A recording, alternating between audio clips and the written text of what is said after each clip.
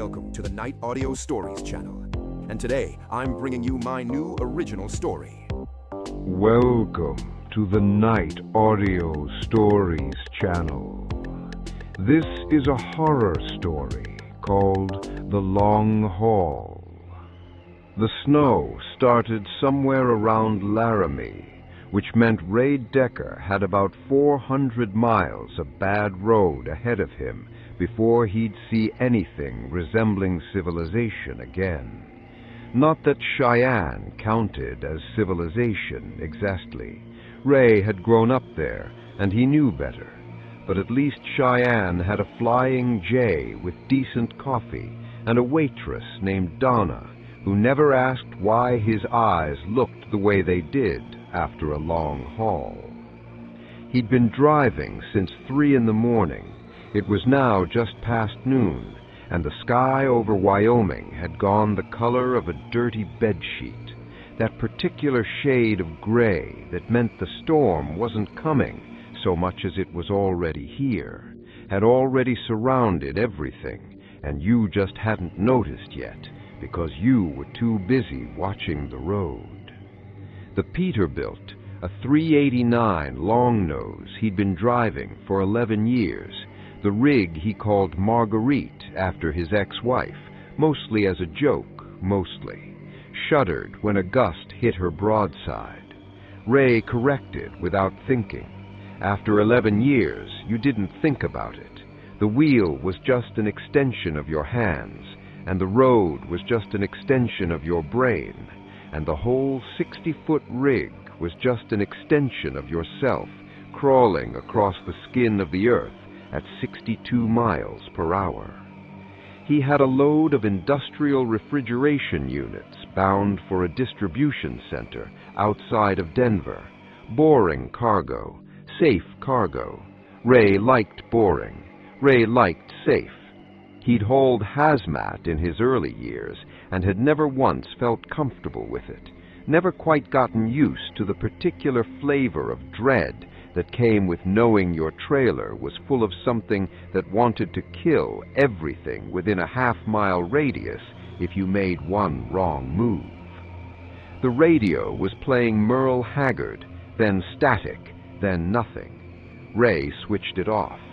He drove in silence for a while, just the wind and the engine and the hypnotic white blur of snow against the windshield. That was when he first saw the figure.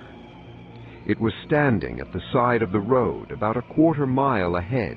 He could see it because the highway was dead straight here, the way Wyoming highways tend to be, laid out by men who saw no reason to curve around anything because there was nothing worth curving around, just the figure standing there in the white, watching the truck come.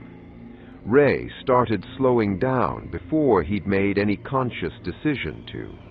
He'd picked up hitchhikers before, not often. The company had a policy about it, and Ray was generally a company policy kind of man. But in weather like this, on a road like this, you didn't leave a person standing in the snow. You just didn't.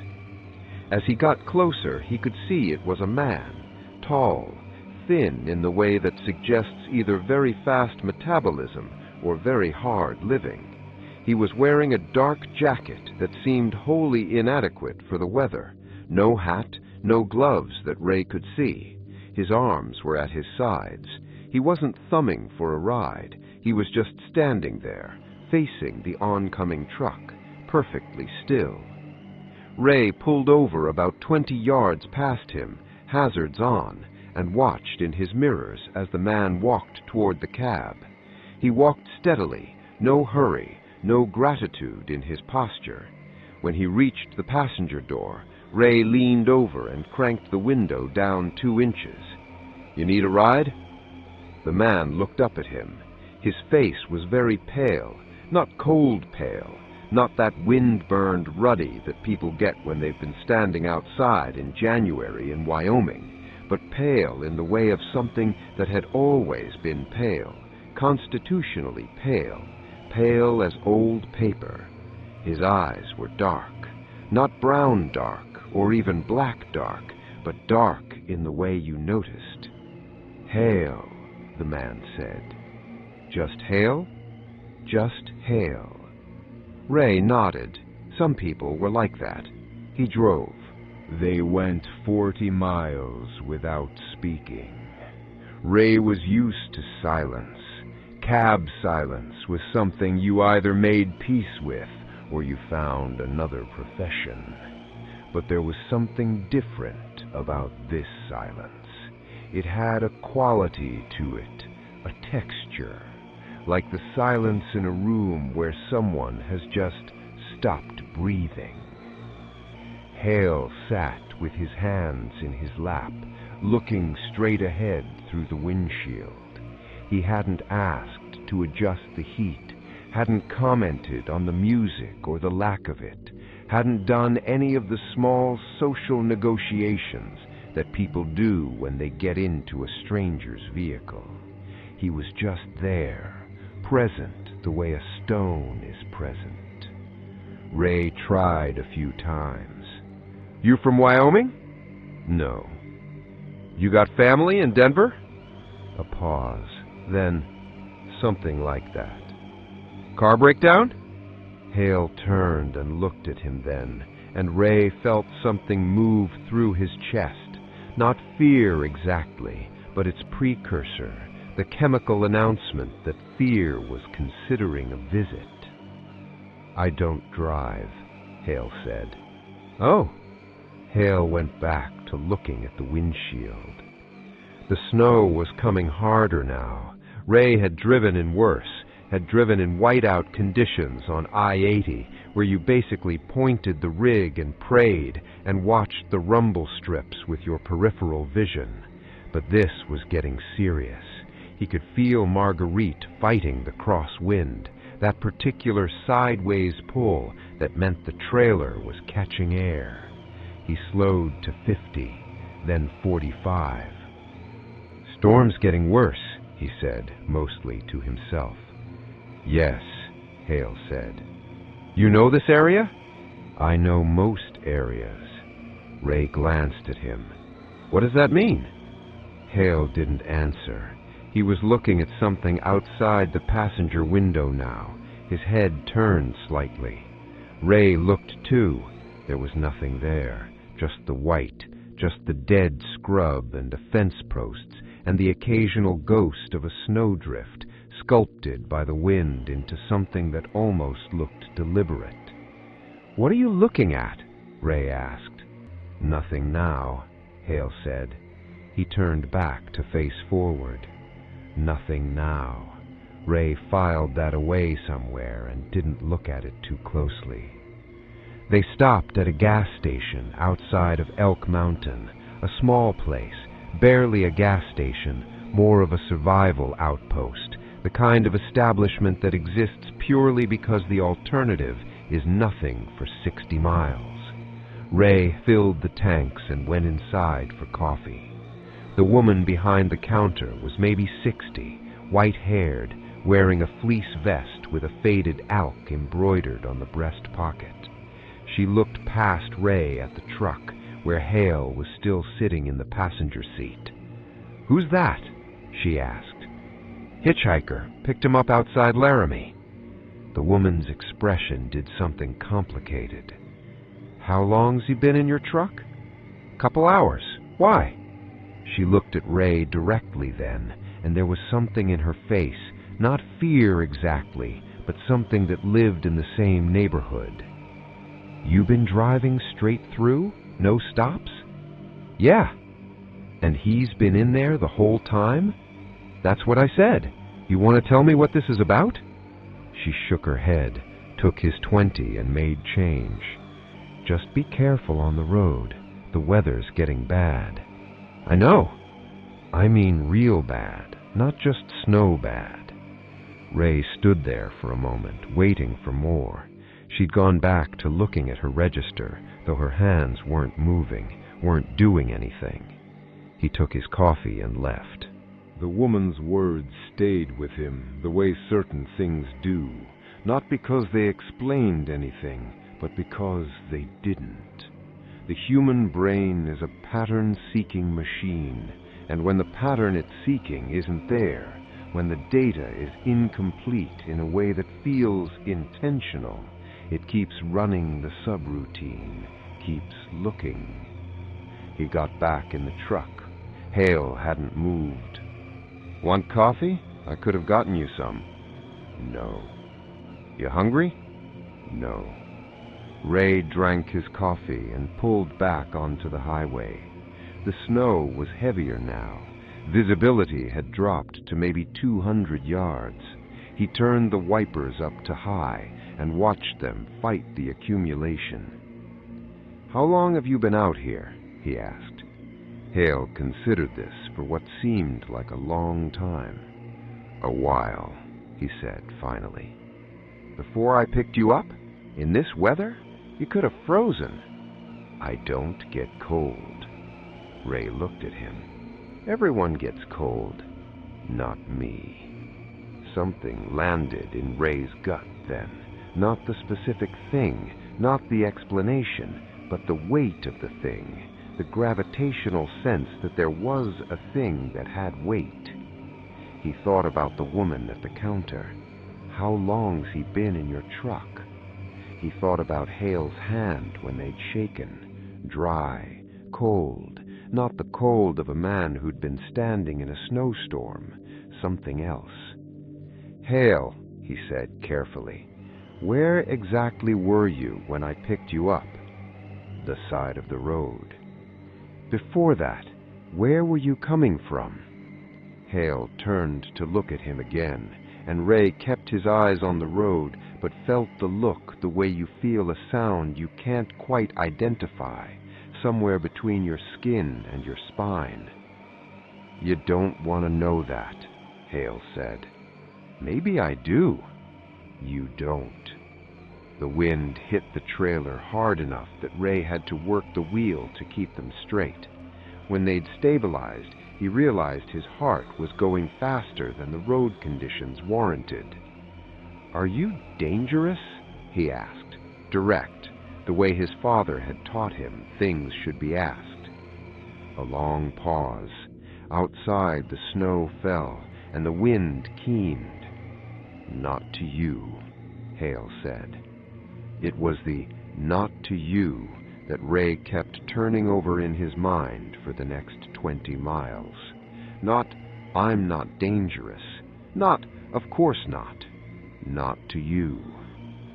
The accident happened around 3 in the afternoon, though Ray would later have difficulty placing the exact timeline of events. Time had started doing something strange, not running slow or fast, but running unevenly, like a film with frames missing. They came over a rise and found it in their headlights. A passenger car, a Toyota sedan, spun out across the right lane and partially into the median. Its hazards were blinking. Steam or smoke was coming from under the hood. Ray brought Marguerite to a stop on the shoulder and turned on his own hazards. He was already reaching for his door when he noticed that Hale had gone very still, stiller than before, which hadn't seemed possible. Stiller than a person goes, like a photograph of stillness. "Stay here," he said, which felt stupid and necessary at the same time. He got out into the storm. The cold hit him immediately, that serious cold that gets through everything, that reminds you that it was here first and will be here last, and everything you've built against it is provisional. He walked to the Toyota. There were 2 people inside, a woman behind the wheel, maybe 40, hair down around her face, and a child in the back seat, a girl maybe 8 or 9, in a puffy pink coat. The woman was conscious. The child appeared to be asleep. Ray knocked on the window. The woman looked at him with the particular expression of someone who has been frightened badly and then frightened again by the person coming to help them. He opened the door. "You okay? Anybody hurt?" "I hit the ice," the woman said. Her voice was very controlled in the way of someone controlling it hard. My daughter, Emma, my daughter. She hit her head on the window when we spun. She hasn't woken up." Ray looked at the girl. Asleep didn't quite cover it. She was too still. "We need to call 911. Do you have signal?" The woman held up her phone. No bars. "My radio," I started, and then stopped because Hale was there. He hadn't heard him get out of the truck, hadn't heard footsteps in the snow, hadn't seen him in his peripheral vision. Hale simply was there, beside him, looking at the car. "The child," Hale said. "Yeah, she hit her head." Hale stepped past Ray and opened the rear door of the Toyota. The woman made a sound, alarm or protest, but didn't move to stop him. Ray didn't move to stop him either. He would think about that later, the not moving. It hadn't felt like paralysis. It had felt like recognition of something he didn't have a name for. He thought about the woman at the counter. How long's he been in your truck? He thought about Hale's hand when they'd shaken, dry, cold, not the cold of a man who'd been standing in a snowstorm, something else.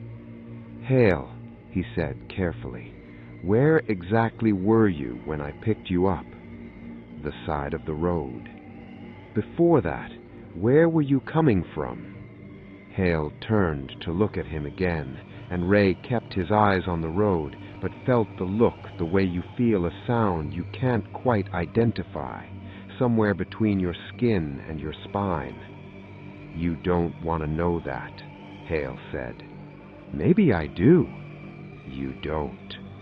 The wind hit the trailer hard enough that Ray had to work the wheel to keep them straight.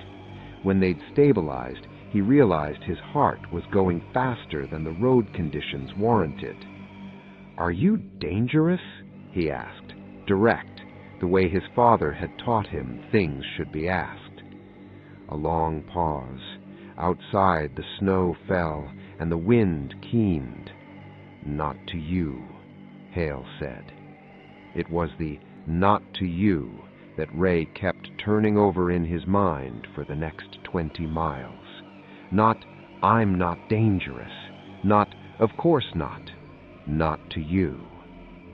The accident happened around 3 in the afternoon, though Ray would later have difficulty placing the exact timeline of events. Time had started doing something strange, not running slow or fast, but running unevenly, like a film with frames missing. They came over a rise and found it in their headlights. A passenger car, a Toyota sedan, spun out across the right lane and partially into the median. Its hazards were blinking. Steam or smoke was coming from under the hood. Ray brought Marguerite to a stop on the shoulder and turned on his own hazards. He was already reaching for his door when he noticed that Hale had gone very still, stiller than before, which hadn't seemed possible.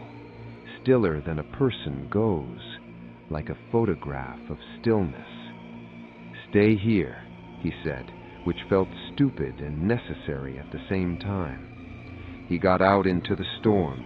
The cold hit him immediately, that serious cold that gets through everything, that reminds you that it was here first and will be here last, and everything you've built against it is provisional. He walked to the Toyota. There were 2 people inside, a woman behind the wheel, maybe 40, hair down around her face, and a child in the back seat, a girl, maybe 8 or 9, in a puffy pink coat. The woman was conscious. The child appeared to be asleep. Ray knocked on the window. The woman looked at him with the particular expression of someone who has been frightened badly, and then frightened again by the person coming to help them. He opened the door. "You okay? Anybody hurt?" "I hit the ice," the woman said. Her voice was very controlled in the way of someone controlling it hard. "My daughter, Emma, my daughter, she hit her head on the window when we spun. She hasn't woken up." Ray looked at the girl. Asleep didn't quite cover it. She was too still. "We need to call 911. Do you have signal?" The woman held up her phone. No bars. "My radio," I started, and then stopped because Hale was there. He hadn't heard him get out of the truck, hadn't heard footsteps in the snow, hadn't seen him in his peripheral vision. Hale simply was there, beside him, looking at the car. "The child," Hale said. "Yeah, she hit her head." Hale stepped past Ray and opened the rear door of the Toyota. The woman made a sound, alarm or protest, but didn't move to stop him. Ray didn't move to stop him either. He would think about that later, the not moving. It hadn't felt like paralysis. It had felt like recognition of something he didn't have a name for. Hale crouched beside the girl. He put his hand on her forehead, that cold, dry hand, and closed his eyes. Nothing happened. Then something happened. Ray couldn't describe it. He would try later, to the only person he ever told this story to, and the best he could manage was this. It was like watching the air around a heat vent, that shimmer, that slight visual disturbance that tells you something is moving through the space you're looking at, except it was cold, and the shimmer seemed to come from Hale, or move through Hale, or Hale seemed to be the point through which something was passing. The girl took a breath, a sharp one, like surfacing from water. Her eyes opened. She looked at Hale and didn't scream. Children sometimes know what adults have learned not to know. "Hi," the girl said. "Hello," Hale said. He took his hand away from her forehead and stood up. He walked back to the truck without another word. Ray stood there in the snow, looking at the girl, who was looking at him now, and at her mother, who had covered her mouth with both hands. The hazards blinked. The snow came down. "What was that?" the woman whispered. "I don't know," Ray said. And then, because it was all he had, "Is she okay?" The woman pulled her daughter into the front seat and held her. "She's okay. She's okay." Ray walked back to Marguerite.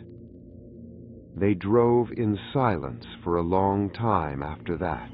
Ray had used his CB to call in the accident, and dispatch had said they'd relay to Highway Patrol. He didn't know if they would. He drove. The snow had gotten worse. He was doing 35 now, and it felt too fast. "What did you do?" he asked finally. Hale was looking out the passenger window again.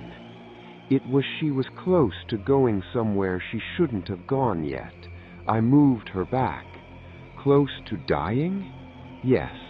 And you just—" Ray stopped, started again. "You can do that? Move someone back from—" "Sometimes, not always. It depends on how close, on whether the decision has been finalized." "The decision?" "These things are more bureaucratic than you'd think," Hale said, and Ray couldn't tell if there was something like humor in it or not. Ray's hands tightened on the wheel. "Who are you?" "I've been called a lot of things. What do you call yourself?" A long pause. The wipers went back and forth. "I don't call myself anything. I'm not the sort of thing that names itself." Ray thought about everything since Laramie, the cold hand, the woman at the gas station, the "not to you," the shimmer in the cold air beside a wrecked Toyota. "Are you deaf?" Ray asked. Hale turned to look at him. His expression was something Ray could not read, not because it was blank, but because it was full of things he didn't have the equipment to interpret. "That's a human word for a human concept. It's not wrong exactly, but it's like calling the ocean a lot of water. Technically accurate, fundamentally insufficient. But close? Close, Hale agreed. Ray drove. The road was almost invisible now. He was navigating by instinct and the reflectors on the guardrails, and the absolute certainty that stopping here, in this, was not an option. "Why are you going to Denver?" he asked. "I'm going where I need to go. Denver is close enough. Someone's dying there." Not a question. Hale answered it anyway. Several someones always. It's a city. But someone specific? Hale didn't answer. "Is it someone I should know about?" "No." "How can you be sure?" "Because if it were, you'd be already in a different conversation." Ray let that sit for a mile or so. "Am I going to die on this road today?" Another pause, longer this time. "No," Hale said. That sounded like it took some thought. It's not always simple. Not always simple to know, or not always simple to answer. Hale made no response. Ray had the sense for a moment that he had asked something that went right up to the edge of something, like you step to the edge of a cliff and feel the void not as a place, but as a kind of pull. The storm peaked somewhere in the stretch between Rawlins and Wamsutter, which is the kind of country that seems designed to break things, minds, engines, resolves. The land flattens out, and the wind comes off the high plateau with nothing to stop it, and in winter it carries a cold that isn't just temperature, but something closer to a philosophy. Ray was doing 25. He had the defroster on full, and it was barely keeping up. The wipers were caked. He'd cracked his window twice to knock ice off the driver's side blade, and each time the cold had come in like something with intention. They passed a jackknifed semi, abandoned, its cab dark, then another, then the stripped skeleton of a car that had been there for years, visible only as a shape. "This road is trying to kill us," Ray said. "The road doesn't try anything. Roads don't have intentions." Figure of speech. Human language is full of figures of speech about things that don't have intentions. Weather, roads, fortune, fate. Hale paused. "It's interesting. You give agency to everything, even things that are simply processes. Maybe we need to. Perhaps." The truck hit a patch of black ice and slid, not badly, not the kind of slide that ends everything, but enough.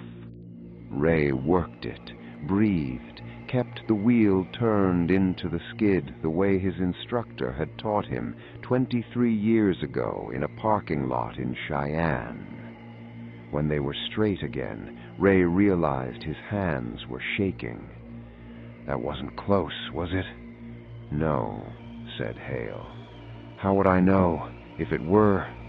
"You wouldn't, generally speaking. The ones who know it's close are the ones for whom it isn't." Ray thought about that. The girl today, did she know? On some level. What does that mean? Children are closer to both ends. They haven't forgotten the first one yet, and they haven't learned to fully fear the second. It makes them more permeable. She knew something was happening. She'll forget it. Most people do. "Do you want them to forget?" Hale looked at him with that unreadable expression again. Want doesn't factor in, but most forgetting is self-protective. What she almost encountered, people build their lives specifically so they don't have to think about it until they absolutely must. The forgetting is the architecture. "What about me?" said Ray. "Am I going to forget this?" Hale was quiet for a moment. "I don't know. You're an unusual case." "Why?" "Because you're asking. Most people in your situation, sharing a vehicle with something like me, don't ask. They go somewhere inside themselves and wait for it to be over. I'm a truck driver, long haul. You spend enough time alone in a cab, you either sit with what's in front of you or you go crazy." Something moved across Hale's face, something that might, on a human face, have been respect. "Yes," he said, "that's probably why." They came down out of the high country in the early evening. The storm was still with them, but had eased somewhat. The sky had gone from white to dark gray, the visibility up to maybe half a mile. Ray could see the lights of the Front Range ahead, Denver's glow beginning to diffuse up into the cloud cover. His back hurt. His eyes hurt. He'd been on the road for 16 hours. "We're almost there," said Ray. "Yes. Do you need me to take you somewhere specific, or just Denver? The city is fine. Any exit." Ray took the first Denver exit and pulled into a truck stop on the outskirts. A big place, bright, full of rigs and cars and the smell of diesel and grease and coffee. He brought Marguerite to a stop in the far lot and killed the engine. Hale didn't move immediately. "Thank you for the ride," he said. "Sure. Can I ask you something? Last thing?" "You can ask." "The woman at the gas station. She saw you in the truck. She got scared. Why? What did she see?" Hale considered this. "She's lost people, several, in ways that were visible to her. She was present for some of them.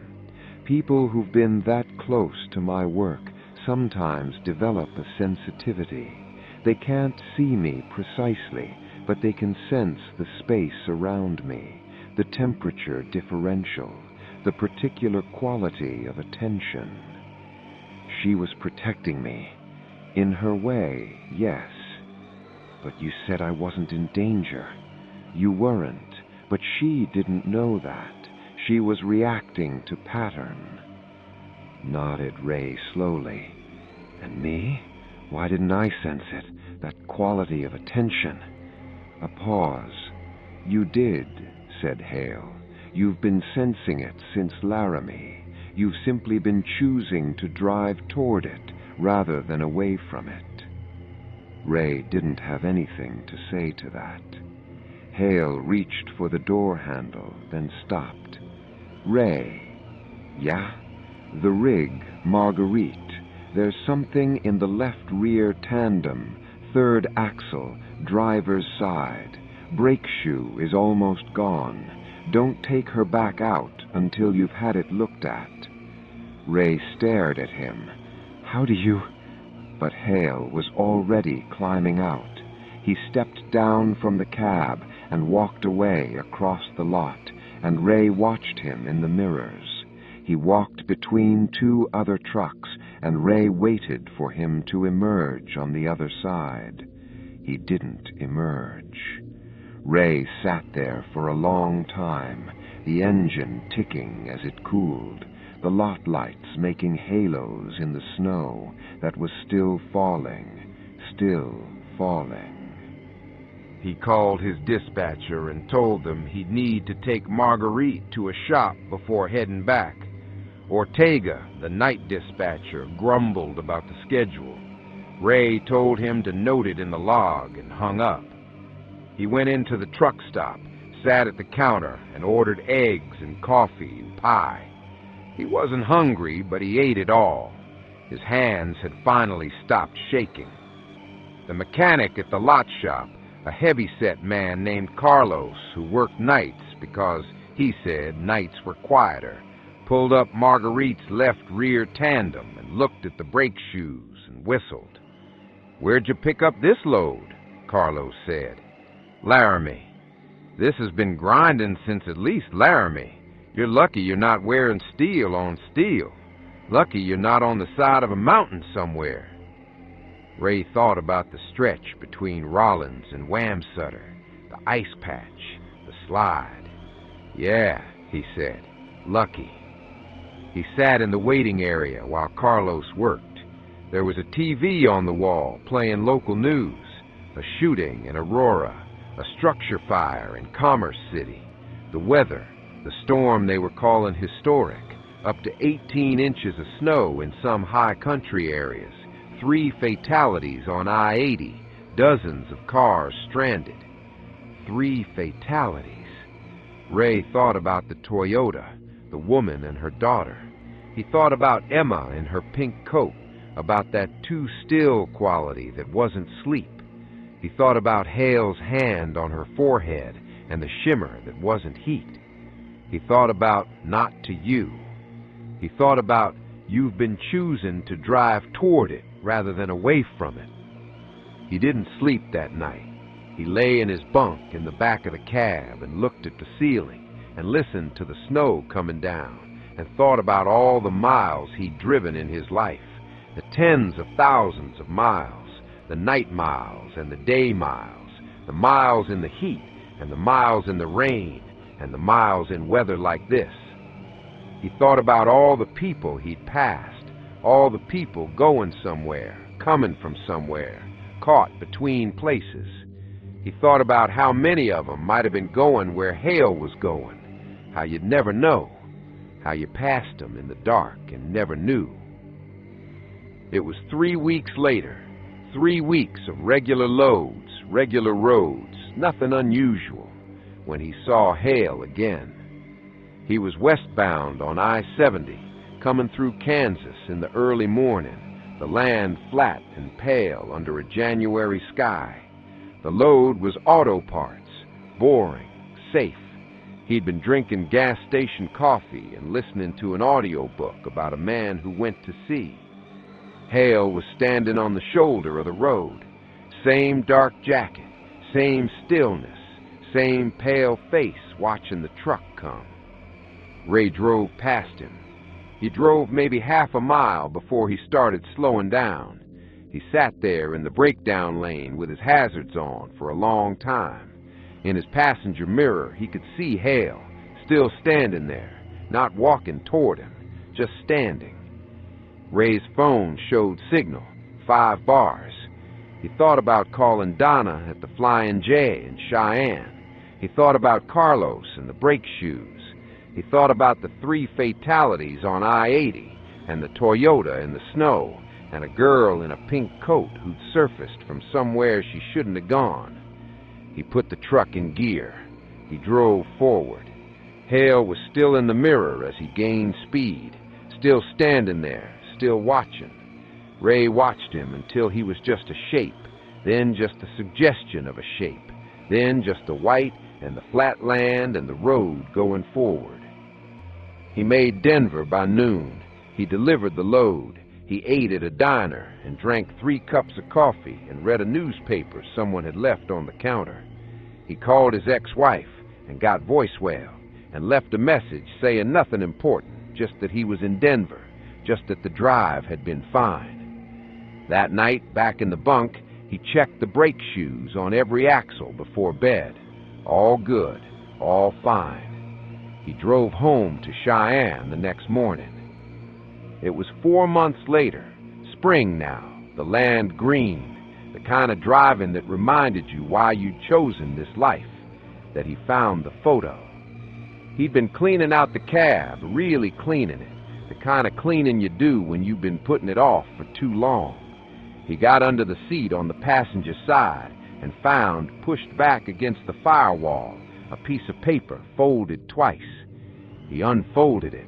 It was a photograph, old, developed film, not digital, printed on photo paper with a white border. The image showed a highway, probably taken in winter from the looks of the sky, from the looks of the land on either side, just a highway going forward.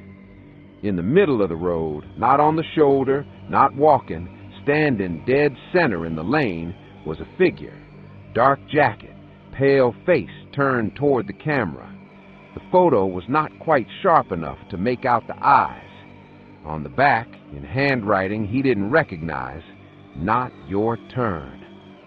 Ray sat in the cab with the photograph in his hands for a long time. The engine was off. The lot was quiet around him. It was warm for April, the kind of day that makes you forget winter is real. He put the photo in the glove compartment. He started the engine. He drove.